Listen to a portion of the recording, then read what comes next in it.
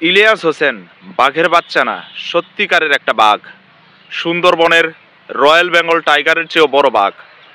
এমন একজন সাংবাদিক ইলিয়াস হোসেন, তার প্রতিবেদনে কন্টেন্টের মধ্যে আপন পর কোনো ভেদাভেদ করেন না। সত্য বলতে যত বড় ক্ষমতাশালী ব্যক্তি হন না কেন, তিনি কখনো ছাড় দেন না।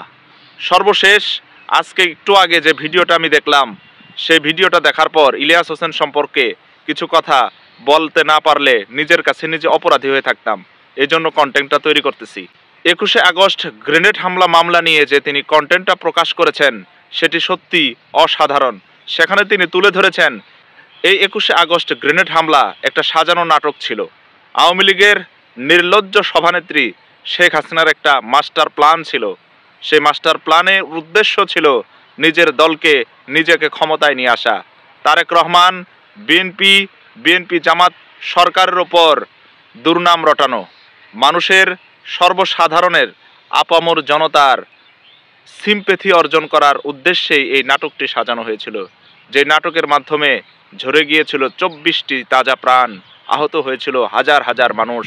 কত ঘটনা, কত রটনা, কত সংবাদ, কত আলোচনা এই 21শে আগস্ট গ্রেনেড হামলা নিয়ে। কিন্তু এটি যে একটা সাজানো নাটক ছিল, সেটি প্রকাশ করেছেন দুঃসাহসী সাংবাদিক ইলিয়াস হোসেন। সেই ইলিয়াস হোসেনকে স্যালুট জানাই, স্যালুট।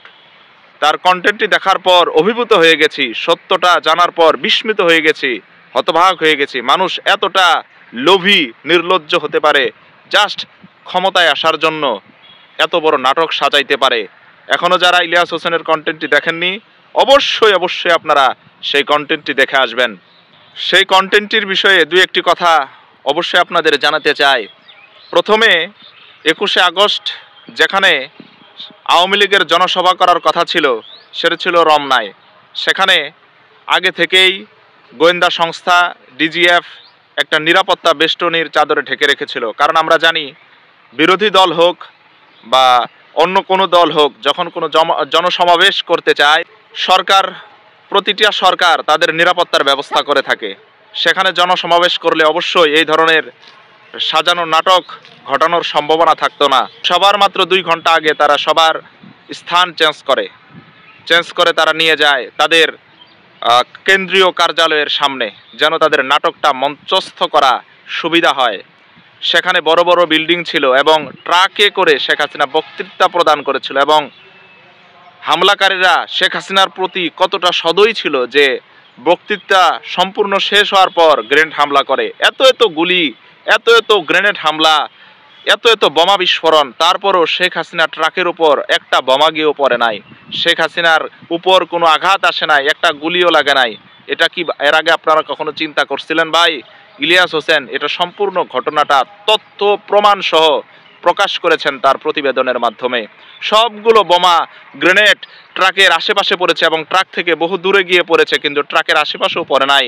ট্রাকের আশেপাশে 2টা বোমা অবিস্ফোরিত গ্রেনেড পাওয়া গিয়েছিল, যেটা অবিস্ফোরিত ছিল। হ্যাঁ, এই ধরনের একটা নাটক শেখ হাসিনা সাজিয়েছিল নিজেকে বাঁচানোর জন্য, ক্ষমতায় আসার জন্য।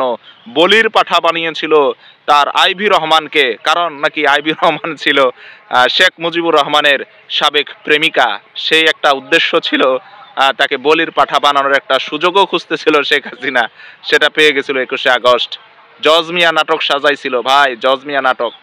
এই জজ মিয়া নাটক আবার কে সাজাইছিল জানেন? এই জজ মিয়া নাটক সাজাইছিল প্রথম আলো, ডেইলি স্টার পত্রিকা, যাদের বিরুদ্ধে মানুষের সন্দেহ দিন দিন বৃদ্ধি পাচ্ছে। এখন সিদ্ধান্ত নিতে হবে বাংলাদেশে প্রথম আলো, ডেইলি স্টারদের মতো পত্রিকা থাকবে কিনা। আমরা যারা জনসাধারণ আছি, যারা পত্রিকার গ্রাহক আছি, তারা সেটা আসলে পড়ব কিনা। অবশ্যই প্রথম আলোর বিরুদ্ধে যে ধরনের প্রশ্ন উঠতেছে, প্রথম আলোকে অবশ্যই সেটার জবাব দিতে হবে। তারা যদি সৎ থাকে, সেটার প্রতি তারা জবাব দিয়ে আবারও তাদের কার্যকলাপ চালাতে হবে। কারণ ইলিয়াস হোসেন যে প্রতিবেদন প্রকাশ করেছেন, ভাইরে ভাই, সত্যি দুর্দান্ত। জজ মিয়ার নাটক সাজাইছিল প্রথম আলো, হ্যাঁ, সেখানে আবার জজ মিয়ারকে টাকা দিয়েছে প্রথম আলো। সবকিছু ভুয়া। এই 21শে আগস্ট গ্রেনেড হামলা মামলার রায় যে কিছুদিন আগে, এটা সব আসামিকে বেকসুর খালাস দিয়েছে। আমরা সবাই ভাবছি যে এটা একটা অন্যায় রায় হয়েছিল, কারণ এই হামলার পিছনে তো কেউ না কেউ দায়ী ছিল, এটা আমরা সবাই মনে করেছি। কিন্তু এই প্রতিবেদন প্রকাশ হওয়ার পর স্পষ্ট যে হামলাটা তারা নিজেরাই ঘটাইছে। সুতরাং এই মামলার সকল আসামি যে নির্দোষ এবং এই মামলা যে আসলেই কোনো মামলা না, সেটা আদালত সত্যিটা অনুধাবন করে তাদেরকে খালাস দিয়েছে। শেখ হাসিনা তারেক রহমানকে ছোট করার জন্য, বিএনপিকে ছোট করার জন্য, তাদের সরকার ব্যবস্থাকে প্রশ্নবিদ্ধ করার জন্য একটি সুন্দর একটি ঘটনা সাজিয়েছিল, সফলও হয়েছিল। হ্যাঁ, সেই সফলতার কারণেই প্রায় 15 বছর ক্ষমতায় ছিল। কিন্তু অপরাধ একবার না একবার প্রকাশ পাবেই। সাবধান, অপরাধ করার আগে সাবধান থাকতে হবে। তাই সবাইকে আমি ইলিয়াস হোসেন এবং পিনাকি ভট্টাচার্যের ওনাদের কন্টেন্টগুলো নিয়মিতই দেখি, খুব ভালো লাগে। একদম অনুসন্ধান করেই তারা প্রত্যেকটা কন্টেন্ট তৈরি করেন। সত্য বলেন, কাউকে ভয় পান না, তিনি কাউকে ছাড়েন না। মির্জা ফখরুল ইসলাম আলমগীরের জামাতার যে একটা বাড়ি রয়েছে বিদেশে, সেটা যে মির্জা ফখরুল ইসলাম আলমগীর করে দিয়েছেন, এই বিষয়েও তিনি কথা বলেছেন। অবশ্যই এটা অনুসন্ধান করে সত্যটা বের করবেই বলে আমি আশা করি বাংলাদেশের সংবাদ মাধ্যম। সর্বশেষে বলতে চাই পিনাকিদার প্রতি এবং ইলিয়াস হোসেনের প্রতি, তারা এই বাংলাদেশকে দুঃশাসন থেকে এবং ফ্যাসিবাদ থেকে মুক্ত করার জন্য অনেক পরিশ্রম করেছেন। ধন্যবাদ জানাই আপনাদের। আপনাদেরকে দেশে আসতে মন চায় না?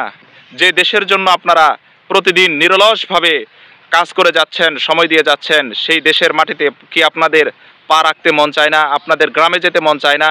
আপনাদের গ্রামের বাড়িতে যেতে মন চায় না? অবশ্যই আপনারা দেশে আসুন। আপনারা দেশে আসলে অবশ্যই আমি আপনাদের সাথে সাক্ষাৎ করার চেষ্টা করব ইনশাআল্লাহ। আপনাদের প্রতি দোয়া এবং ভালোবাসা রইল। ভালোবাসা নেবেন। স্যালুট। বাংলার বাঘ। এরকম সাংবাদিক আমরা চাই। যেরকম সাংবাদিক থাকলে দেশে অন্যায় করা কঠিন হয়ে যাবে। প্রত্যেকটা রাজনৈতিক দলের, প্রত্যেকটা প্রতিষ্ঠানের এরকম সাংবাদিক, বাংলাদেশের প্রতিটি সাংবাদিক যারা পেশায় রয়েছেন, তারা সেই দুঃসাহসী সাংবাদিক করুন, ভয় ভীতি বর্জন করে সাংবাদিকতা করুন। সেই আশাই থাকবে, সেই ভরসাই থাকবে।